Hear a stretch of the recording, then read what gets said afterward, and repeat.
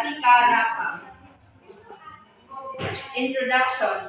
Turnip is a root vegetable grown for its swollen, edible, taproot, and leafy green. So, ang turnip di ay kay root vegetable siya, tas mutubo siya kanapit ang murag baga iyang pagtubo. Tas, it belongs to the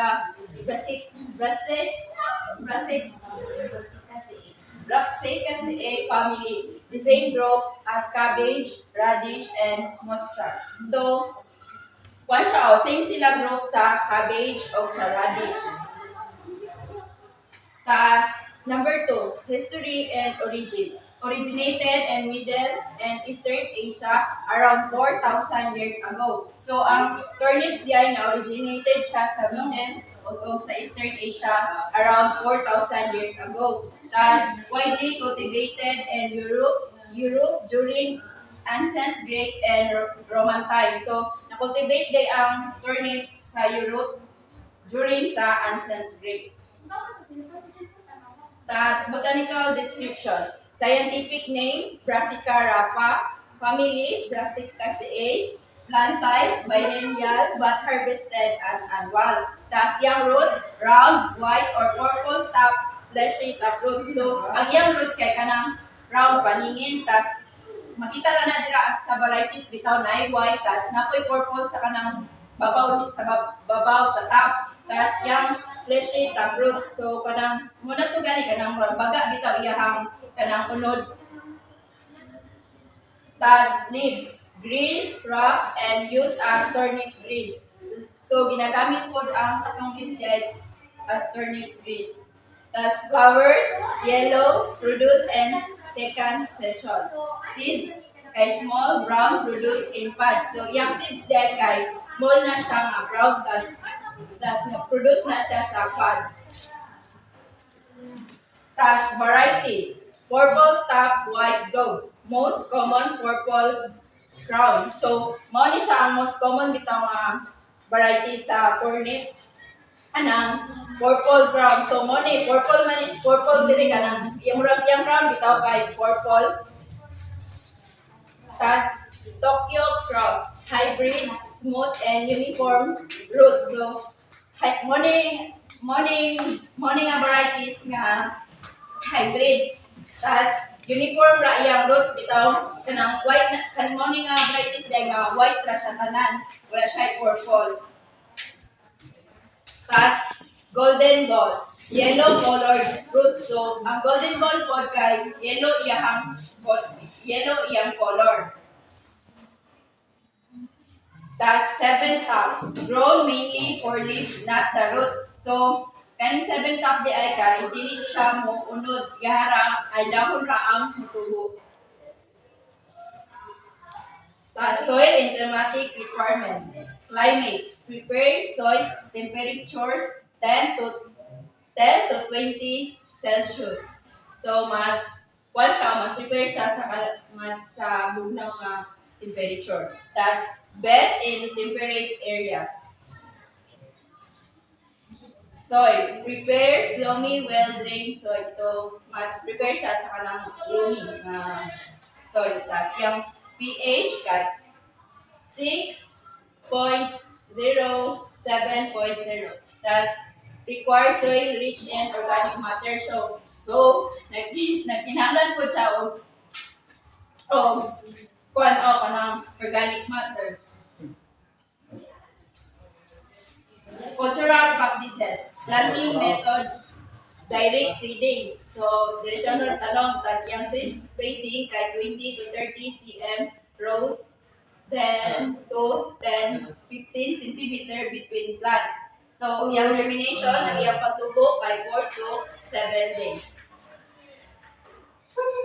Fertilizer application. Apply basal compost plus complete fertilizer. So, mo siyang applyan ng basal compost plus complete fertilizer. Side rest, nitrogen, urea, 2 to 3 weeks after planting. So, magamit ko ka og urea 2 to 3 weeks kana after mo siya irrigation. Maintain consistent moisture So, imo i-maintain ang dihang moisture. Tas, kasi avoid po nimo ang water logging. So let's proceed to the reading. So first is keep field with during early growth. And second is mulching when reduce it. So kanang natin siya na dunahan early. Then next is pest and disease management. So pest is number one, aphids. Damage leaves burning and distortion. Aphids suck plant sap, causing leaves to curl, twist, or deform. So ang aphids sila ang itungdan na ng mag-curl ang ato ang plants pag buwan siya ka ng isang ilang dahon kung ang aphids. The next management is regular monitoring. Inspect the underside of leaves. So, kinanglan nato silang i-monitor ang plants. So, next is cabbage worm. So, damage tunneling into the edible roots, creating slimy brown trails that may crush unmarketable growth. So, ang cabbage worms, sa roots na sila na nakaon din na pili na sila ng mga waste nila na mauihinulan parang malataan ulod sa turnips. The management is use physical barriers like fine mesh, low covers with black butterflies, and pinworm spray with organic options. So, money ang So next is Leah better. The damage is usually most severe on young sitting. So, mga gagmay pa nga sitting ang iyang kontriya. So, one iyang magpangat at dahon sa turnips. So, management is monitor plants regularly for early detection.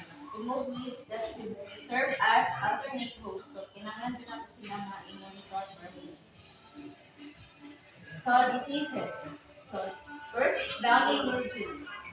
Damage is pale yellow spots on upper leaves that turn brown with fuzzy white to gray spore growth underneath. So, mami sa picture, nakita ninyo na ang cause sa downy mildew na yellow ang dato. And management is focused on prevention through good effort. So,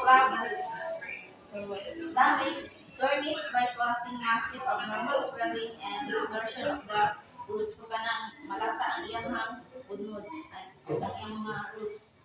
Then, management is to manage club root in turnips focused on prevention with long crop rotations, 3+ years out of brassicas, keeping soil pH above 7%. So, kailangan na hospital mag-crop rotation para makuhaan ang disease. Next.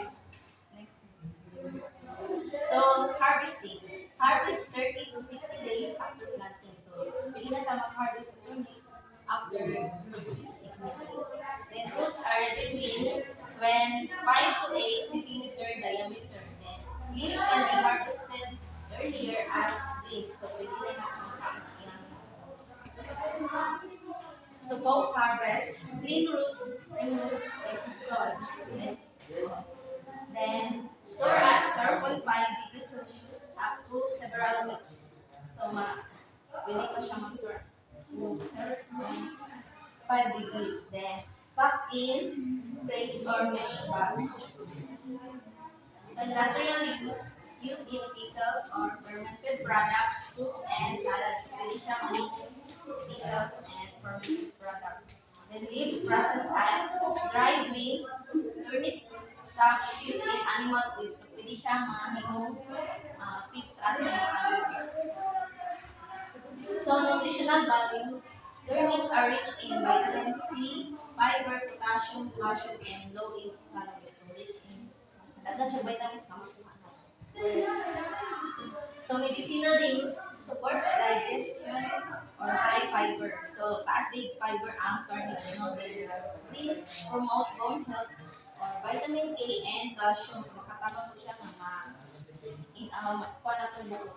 healthy. Good for weight loss and immune support. So, production rate in the Philippines. So, turnip production in the Philippines is relatively small but consistent, hovering around 68,000 to 74,000 metric tons annually, combining carrots and turnips. In recent years, e.g. 67.93 tons in 2022, with slight declines in volume but rising export value, mainly to the Middle East, as growers focus on better returns for these niche crops. So that's all. Thank you.